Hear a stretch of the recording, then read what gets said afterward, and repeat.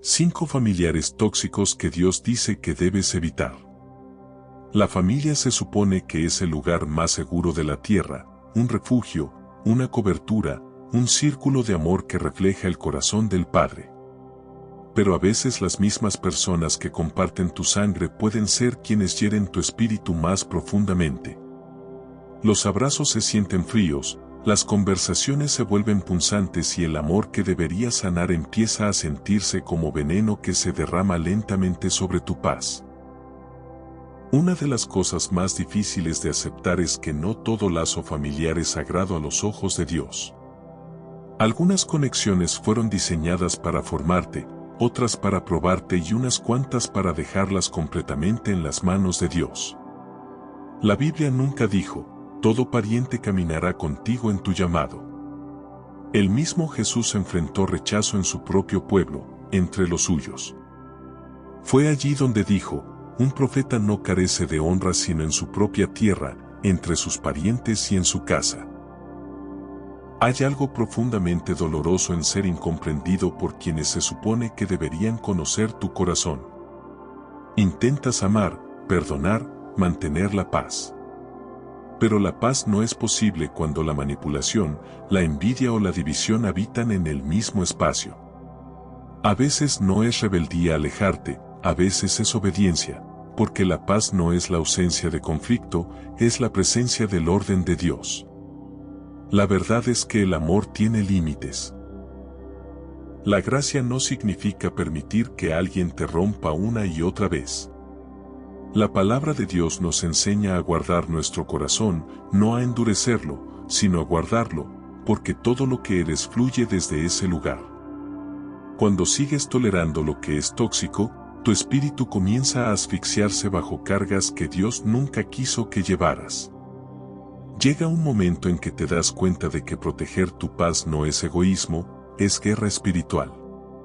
No estás peleando contra tu familia, estás peleando por tu destino. Y para hacerlo debes saber a quién abrazar y a quién soltar. Así que hoy vamos a hablar de algo que la mayoría de las personas evita, la verdad sobre los familiares tóxicos según la Escritura. Porque la Biblia es clara, amar no significa esclavitud. Perdonar no significa aceptar cadenas y a veces alejarte no es darte por vencido con ellos. Es dejarle a Dios el espacio para hacer lo que tú no puedes. Si Dios te está mostrando claramente a quién amar de cerca y a quién amar desde lejos, escribe en los comentarios: Señor, muéstrame a quién soltar. Si este mensaje está hablando a tu corazón, suscríbete y acompáñanos cada día para seguir recibiendo palabras que afirmen tu fe. Lo que viene a continuación te va a confrontar, pero también te va a liberar. Número 1. El manipulador, el que tuerce el amor en control. Algunas heridas no vienen de manos de enemigos, vienen de manos de quienes dicen amarnos. El manipulador es ese tipo de persona y hace el afecto como carnada y la culpa como arma. Sus palabras suenan dulces, pero sus motivos están enraizados en el miedo y en el control. Tuerce tu lealtad hasta convertirla en una correa, manteniéndote atado a sus emociones, sus necesidades y sus expectativas. Puede decir cosas como: después de todo lo que he hecho por ti, tú eres el único que me entiende. Pero debajo de esas palabras hay una trampa, la presión de rendir, de agradar, de doblar tus límites solo para conservar su aprobación. Terminas caminando sobre cáscaras de huevo con miedo de que un solo paso en falso rompa la poca paz que queda. No es el amor lo que están protegiendo, es el control. En la Biblia vemos claramente este espíritu de manipulación en la historia de Dalila y Sansón. Dalila fingía que sus peticiones eran actos de amor cuando en realidad lo estaba guiando hacia la destrucción. Cada vez que Sansón resistía, ella lo acusaba de no amarla lo suficiente. ¿Cómo dices que me amas si tu corazón no está conmigo?, le decía. Y esa pregunta atravesó su debilidad. No fue el amor lo que llevó a Sansón a entregar su secreto. Fue el cansancio de ser manipulado emocionalmente. El manipulador no quiere verdad, quiere obediencia ciega. Y este tipo de relación drena tu espíritu hasta que ya no puedes escuchar con claridad la voz de Dios. Empiezas a confundir manipulación con compasión, control con cuidado. El enemigo usa personas así para torcer tanto tu entendimiento del amor que terminas dudando de tu propio discernimiento. Pero la Escritura nos recuerda que el amor es paciente, es benigno, no busca lo suyo propio, como leemos en 1 Corintios, capítulo 13, versículos 4 y 5. El verdadero amor no exige, invita. No culpa, se entrega. Cuando alguien usa el amor como palanca para obtener lo que quiere, eso no es amor, es esclavitud. Y la palabra de Dios dice claramente, donde está el Espíritu del Señor, allí hay libertad. La libertad no puede existir donde gobierna el control. Por eso Dios a veces permite que la manipulación se vuelva insoportable para que finalmente veas que la paz no se encuentra en mantener a todos contentos, sino en mantenerlo a Él en primer lugar. Los manipuladores suelen usar una máscara de preocupación. Disfrazan el control con frases como, solo me preocupo por ti o de verdad deberías escucharme. Pero detrás de esa máscara se esconde el miedo a perder influencia sobre tu vida. Y la verdad es que Dios nunca te pidió que dejaras que alguien más ocupara su lugar en tus decisiones, en tu dirección o en tu identidad. Está bien poner límites. Está bien decir no a quienes usan el amor como arma. El mismo Jesús lo hizo. Cuando Pedro trató de detenerlo, de cumplir su propósito, Jesús no lo entretuvo. Dijo, apártate de mí, Satanás. Duro para oídos humanos, quizá, pero espiritualmente fue un acto de autoridad. Porque incluso aquellos a quienes amamos pueden ser usados para sacarnos del camino cuando dejamos que la emoción pase por encima del discernimiento. El manipulador se alimenta de tu culpa, pero la culpa no viene de Dios. Lo que viene de Dios es convicción. La culpa ata. La convicción libera. La convicción te lleva al arrepentimiento y a la paz.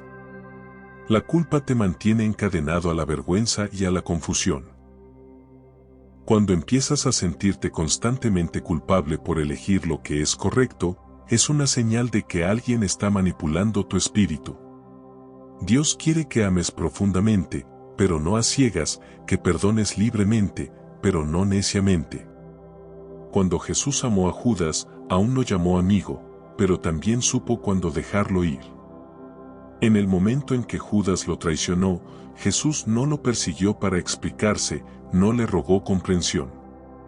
Siguió adelante hacia su propósito, aunque eso significara caminar solo.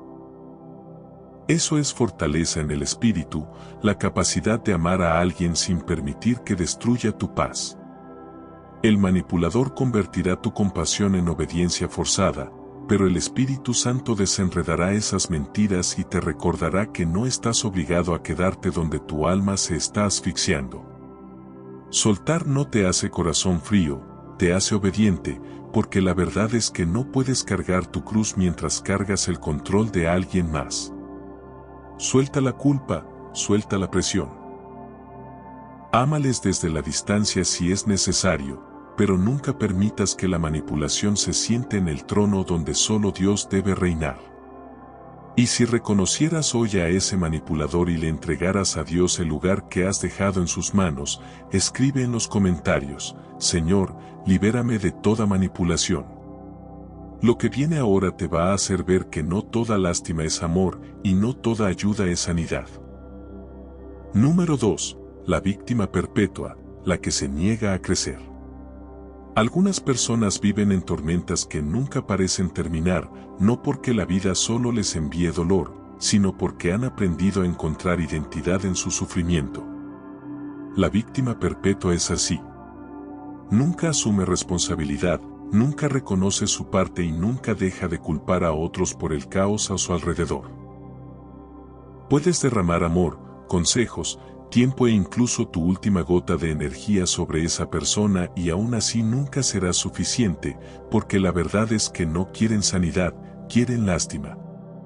Anhelan más la atención que la transformación. Sus historias favoritas son aquellas en las que fueron heridos, incomprendidos o abandonados.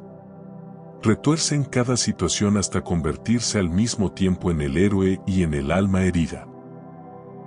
Es agotador, porque sin importar lo que hagas, terminas siendo el villano en su versión de los hechos. Pero esto es lo que la Escritura nos enseña.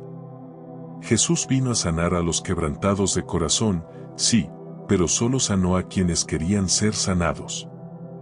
Cuando se encontró con el hombre junto al estanque de Betesda, le hizo una pregunta que parece extraña: ¿quieres ser sano?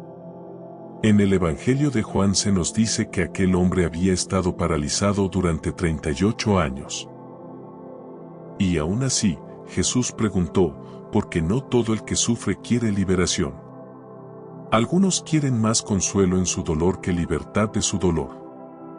La víctima perpetua está atada por las cadenas de la autocompasión. Sus palabras están empapadas de negatividad. Su corazón se alimenta de ser rescatado.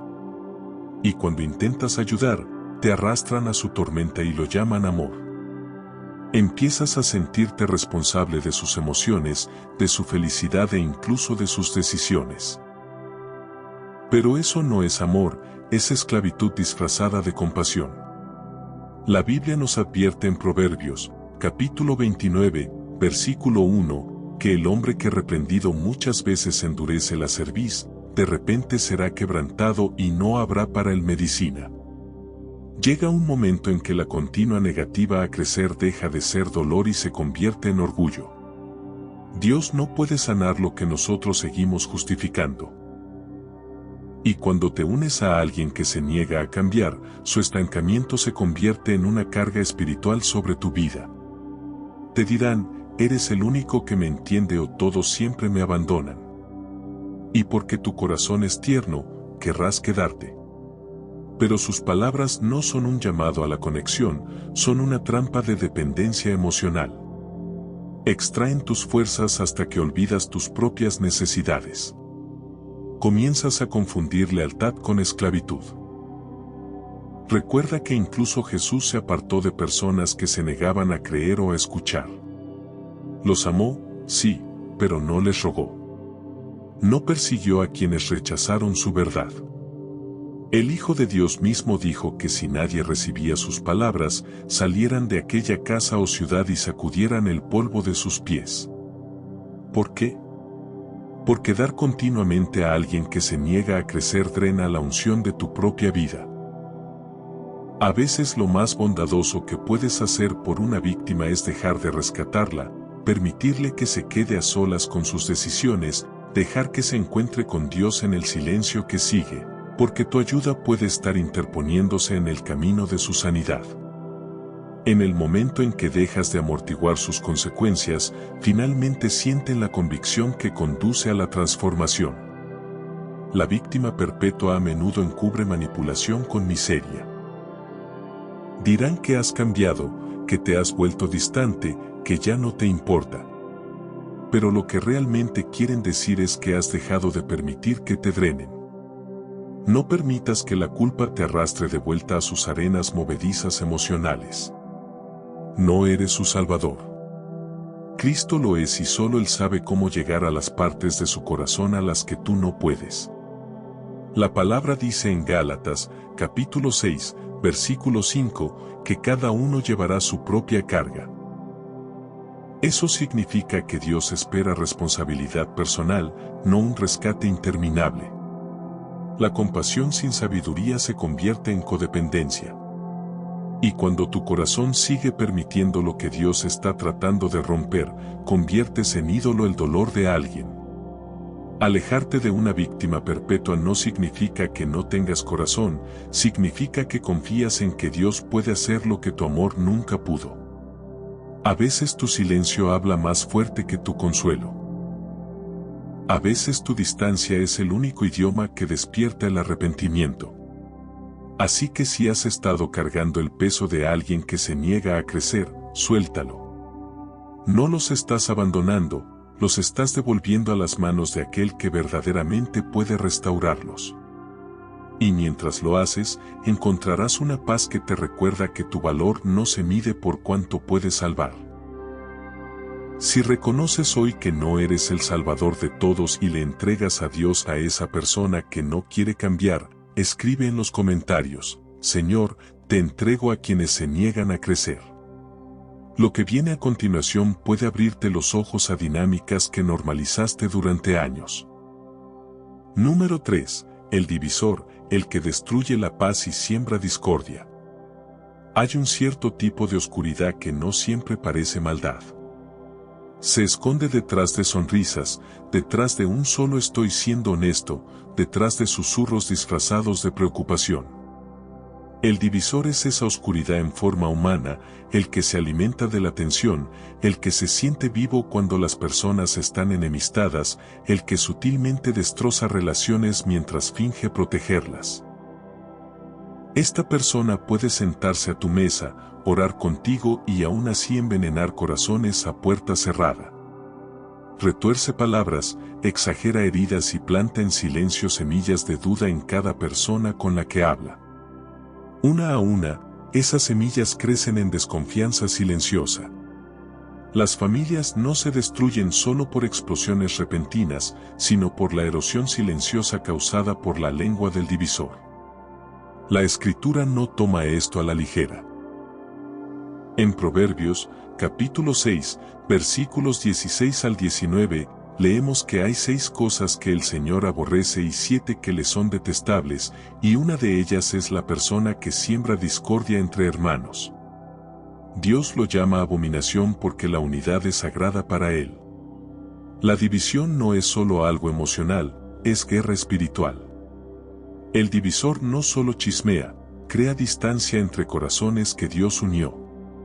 Puede aparentar que le importa diciendo cosas como: solo pensé que debías saber esto o te lo digo porque te amo. Pero el amor cubre, no expone. El amor construye puentes, no muros. Cuando alguien trae constantemente conflicto donde antes había paz, no está operando en amor, sino en orgullo y en inseguridad. El divisor se alimenta de la atención y del caos. No soporta la paz porque la paz lo hace irrelevante, así que provoca conflicto para sentirse poderoso. Y si no tienes cuidado, terminarás siendo parte de su red, arrastrado a conversaciones que roban tu gozo y desvían tu enfoque de la voz de Dios.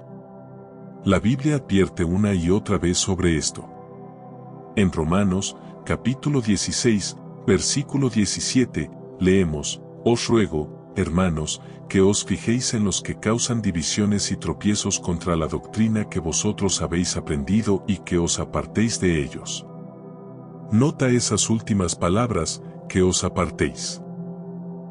No dice que discutas, no dice que los arregles, no dice que los expongas. Dice que te separes, porque involucrarte con un divisor rara vez trae restauración y casi siempre alimenta su fuego. Cuando los confrontas, a menudo se hacen las víctimas o te acusan de exagerar. Retuercen tus motivos y te hacen dudar de ti mismo. Así es como actúa el enemigo. No siempre ataca con espada, muchas veces ataca con confusión. Por eso el discernimiento es tan vital cuando tu paz comienza a sentirse frágil. Esa fragilidad no es debilidad, es una alerta espiritual de que un divisor está cerca. En las familias este espíritu aparece de muchas formas. El pariente que siempre saca a relucir heridas pasadas. El hermano que enfrenta a un padre contra el otro. El primo que susurra juicios bajo la apariencia de consejo. Se aseguran de que las heridas nunca sanen, porque corazones sanos ya no necesitan su drama. Pero esta es la verdad, no fuiste llamado a vivir en una atmósfera de sospecha constante. Fuiste llamado a ser pacificador. Jesús dijo: bienaventurados los pacificadores, porque ellos serán llamados hijos de Dios. El pacificador no es el que guarda una falsa paz tolerando la disfunción para evitar el conflicto.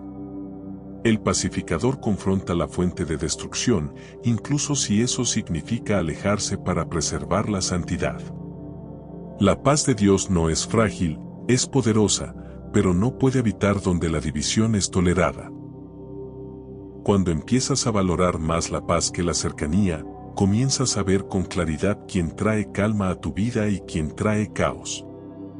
El divisor te acusará de ser frío, distante u orgulloso cuando empieces a guardar tu paz, pero no confundas distancia con amargura. A veces el silencio es el sonido de la sabiduría. Al enemigo le encanta dividir lo que Dios ha unido, matrimonios, hermanos, iglesias, incluso generaciones, porque sabe que si pone corazones unos contra otros, puede detener el fluir de la bendición. Pero tú no tienes que jugar su juego. Puedes salir del ciclo. Puedes dejar de alimentar el chisme, dejar de explicar, dejar de participar. Que alguien llame no significa que tengas que contestar.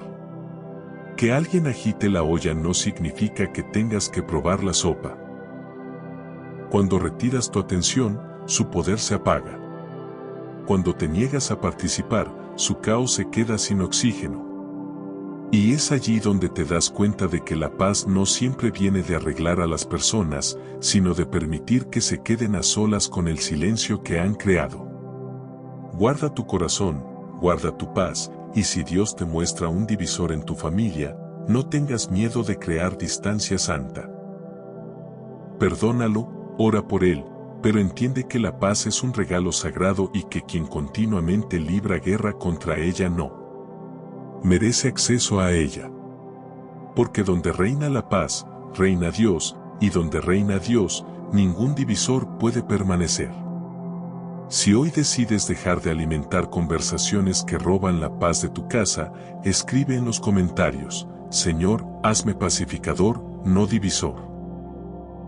Si este mensaje te está ayudando a ver con claridad quién te acerca a Dios y quién te aleja de su paz, suscríbete y camina con nosotros en esta jornada de sanidad y discernimiento. A veces la decisión más sabia no es ganar una discusión, sino elegir el silencio que protege tu corazón. Número 4. El espíritu envidioso, el que no puede celebrarte. Pocas cosas duelen tanto como darte cuenta de que alguien a quien amas en secreto resiente tus bendiciones. El familiar envidioso no siempre expresa su amargura a gritos, muchas veces la susurra a través del sarcasmo, de pequeñas pullas disfrazadas de chistes o de silencios que hablan más fuerte que las palabras. Cuando prosperas, sus ojos pueden sonreír, pero su espíritu tiembla de celos al ver el favor de Dios brillando sobre ti. La envidia es un veneno que se esconde a plena vista. No siempre se ve como odio. A veces parece educación, apoyo, incluso espiritualidad.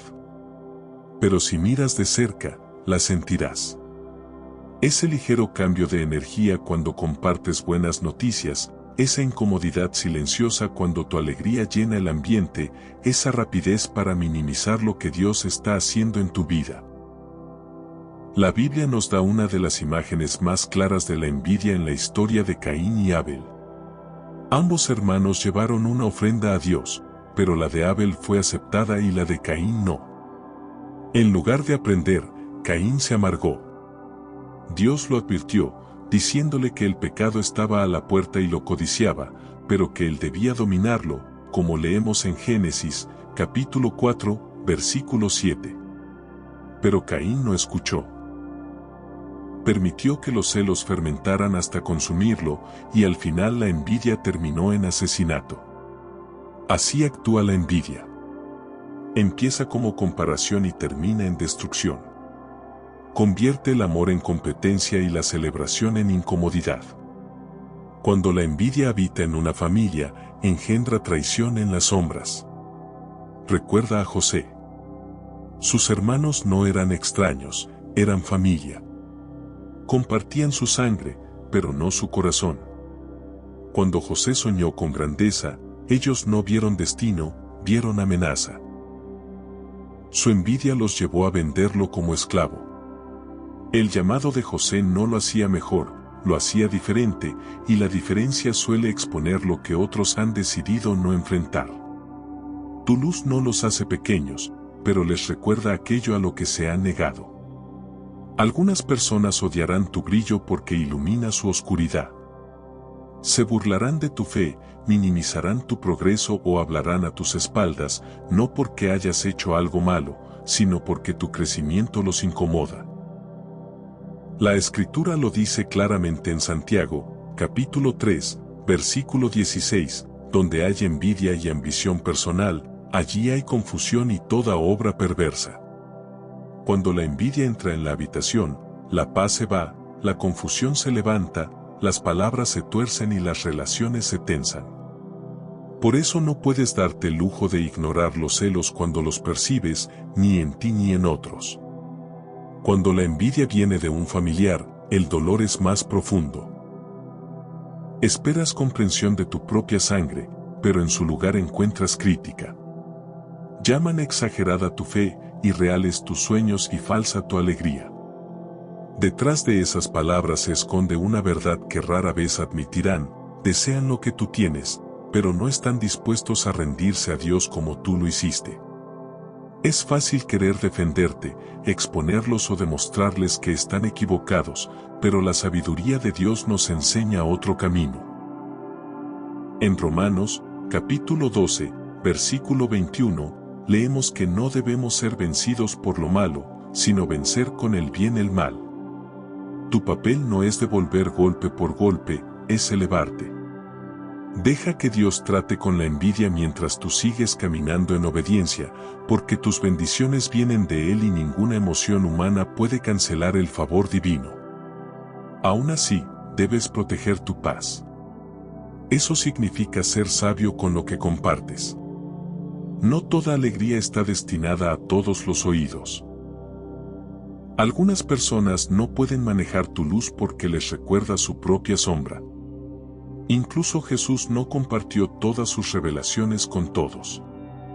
Tenía círculos, momentos de cercanía y momentos de soledad. Eso no fue orgullo, fue sabiduría. Cuando alguien en tu familia constantemente menosprecia tus victorias, no es tu tarea convencerlo de tu valor. Sus celos no son culpa tuya, son el reflejo de su corazón.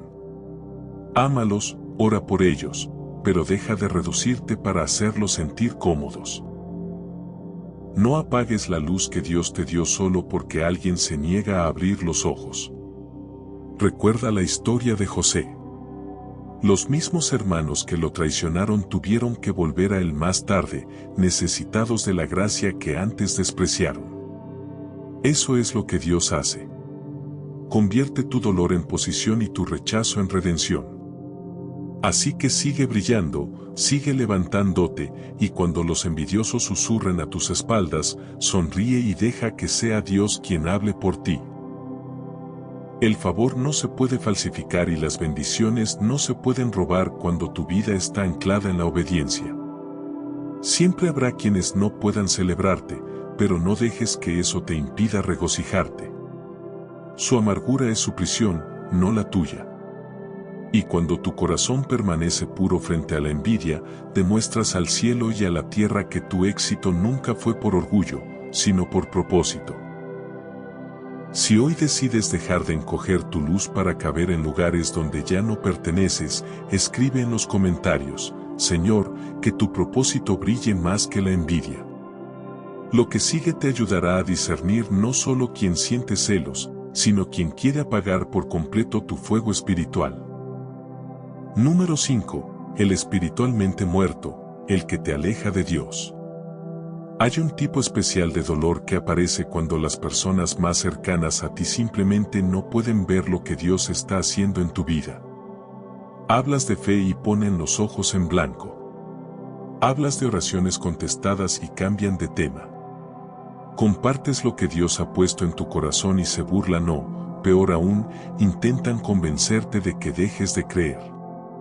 La persona espiritualmente muerta no siempre es abiertamente cruel. Muchas veces es sutil. Te desanima con razones, cuestiona tu devoción e intenta hacerte sentir exagerado por amar tanto a Dios. Te dirá que no seas tan religioso, que no te vayas a los extremos, que estás exagerando, y antes de darte cuenta empiezas a dudar de tu pasión por Cristo y a silenciar tu voz solo para evitar el conflicto. Pero esto es lo que nos enseña la palabra de Dios. La luz y las tinieblas no pueden compartir el mismo espacio. ¿Qué comunión tiene la luz con las tinieblas? Como leemos en 2 a los Corintios, capítulo 6, versículo 14. El Espíritu de Dios que vive en ti siempre incomodará al espiritualmente muerto. Ellos no pueden entender lo que no tienen, y su resistencia no es realmente contra ti, es contra el Espíritu que habita en ti. Incluso Jesús enfrentó esto en su propio pueblo, entre sus familiares. La Escritura dice que no pudo hacer allí muchos milagros a causa de la incredulidad que lo rodeaba, como leemos en Mateo, capítulo 13, versículo 58. Piénsalo. El Hijo de Dios mismo fue limitado, no por falta de poder, sino por la atmósfera de incredulidad que lo rodeaba. Cuando permaneces demasiado cerca de quienes se burlan de lo que crees, su incredulidad comienza a apagar tu fuego. Puedes amar profundamente a alguien y aún así reconocer que su presencia apaga tu espíritu. Puedes cuidar de ellos y al mismo tiempo admitir que su influencia hace más difícil que permanezcas enfocado en Dios. La Biblia no te pide que los cortes en odio, pero sí te llama a ser sabio. En 1 a los Corintios, capítulo 15, versículo 33, leemos: No os engañéis, las malas conversaciones corrompen las buenas costumbres. Eso incluye a la familia. Es difícil aceptarlo, pero a veces la oposición más peligrosa no viene de tus enemigos, sino de tu propia casa. Jesús mismo lo dijo: los enemigos del hombre serán los de su propia casa, como leemos en Mateo, capítulo 10, versículo 36. Y luego añadió palabras que suenan duras, pero cargan una verdad profunda: el que ama a padre o madre más que a mí no es digno de mí. ¿Qué significa esto? Que no puedes permitir que la lealtad familiar reemplace la obediencia espiritual. Si tienes que elegir entre la paz con las personas y la paz con Dios, siempre debes elegir a Dios. Porque cuando estés delante de Él un día, tu apellido no importará, solo tu fe. La persona espiritualmente muerta a menudo quiere que cedas para sentirse cómoda. Te pedirá que dejes de hablar de Jesús, que moderes tu adoración, que vivas normal. Pero en el momento en que apagas tu luz para agradarlos, tú también comienzas a morir espiritualmente. Al enemigo le encanta usar lazos familiares para debilitar tu fuego. No necesita atacarte desde lejos cuando puede usar a alguien cercano para sembrar duda en tu corazón. Recuerda a la esposa de Lot. Dios les dijo que salieran de Sodoma, que se alejaran de una ciudad que representaba corrupción y muerte espiritual, pero su corazón no pudo soltar lo que Dios ya había condenado. Miró hacia atrás y en ese solo vistazo se convirtió en estatua de sal. A veces lo más difícil que harás en tu vida es alejarte de personas que se niegan a caminar con Dios, pero tu obediencia puede ser lo que te salve de la destrucción. Alejarte no significa que dejes de amarlos, significa que amas más a Dios. Significa que confías en que Él puede obrar en sus corazones sin permitir que destruyan el tuyo. Jesús no rogó a todos que lo siguieran. Dejó que algunos se alejaran y aún así cumplió su propósito. Esa es la misma paz que necesitas abrazar, sabiendo que tu llamado no depende de la aprobación de nadie. Puedes orar por los espiritualmente muertos, puedes mostrarles bondad, pero no puedes dejar que su duda se vuelva tu identidad. Sigue adorando incluso cuando no entiendan. Sigue creyendo incluso cuando se burlen. Sigue caminando en santidad incluso cuando te llamen diferente, porque lo eres, apartado, escogido, llamado por tu nombre. Si alguien de tu familia constantemente intenta apartarte de Dios por medio de distracción, tentación o desánimo, recuerda esto: tu batalla no es contra esa persona, es contra el espíritu que opera a través de ella. Y la única manera de ganar esa batalla es permanecer anclado en la presencia de Dios. Puede que pierdas ciertas relaciones por causa de tu fe, pero lo que ganarás será paz, claridad y fortaleza divina. Recuerda las palabras de Jesús en Lucas, capítulo 18, versículos 29 y 30. Nadie que haya dejado casa, hermanos, padres o hijos por causa del reino de Dios quedará sin recibir muchas veces más en este tiempo y en el venidero la vida eterna. Los espiritualmente muertos quizá no te entiendan ahora, pero sigue caminando. Un día podrían ver al Dios que te sostuvo. Un día tu perseverancia podría despertar su propio espíritu. Hasta entonces, ámalos, ora por ellos y permanece firme en tu fe, porque la presencia del Dios vivo en ti es demasiado preciosa como para apagarla por nadie. Si hoy decides no apagar tu fe para agradar a otros, sino encenderla más para agradar solo a Dios, escribe en los comentarios: Señor, no apagaré mi fe por nadie. A veces la mayor demostración de amor no es quedarte donde te apagan, sino permanecer donde Dios sigue encendiendo tu corazón. Conclusión. Elige la paz, no la esclavitud. En algún momento, todo creyente se encuentra con esta verdad: no puedes sanar lo que Dios te está llamando a dejar. Los lazos familiares son sagrados, pero no todo lazo es sano. Y a veces lo más santo que puedes hacer es amar lo suficiente a las personas como para dejarlas ir. Jesús nunca dijo que amar sería fácil, dijo que sería costoso. A veces cuesta tu comodidad, a veces tu aprobación y a veces incluso tu cercanía con quienes se niegan a cambiar. Pero la paz vale el precio. Elegir la paz no es rechazo, es protección. Es decir, me niego a dejar que la disfunción me defina. Me niego a cargar lo que Jesús ya me liberó de llevar. La Biblia no nos ordena tolerar abuso, manipulación, envidia o división. Nos ordena amar, y el amor siempre protege, incluyendo la protección de tu propia alma. Así que no te sientas culpable por dar un paso atrás. No te disculpes por guardar tu paz.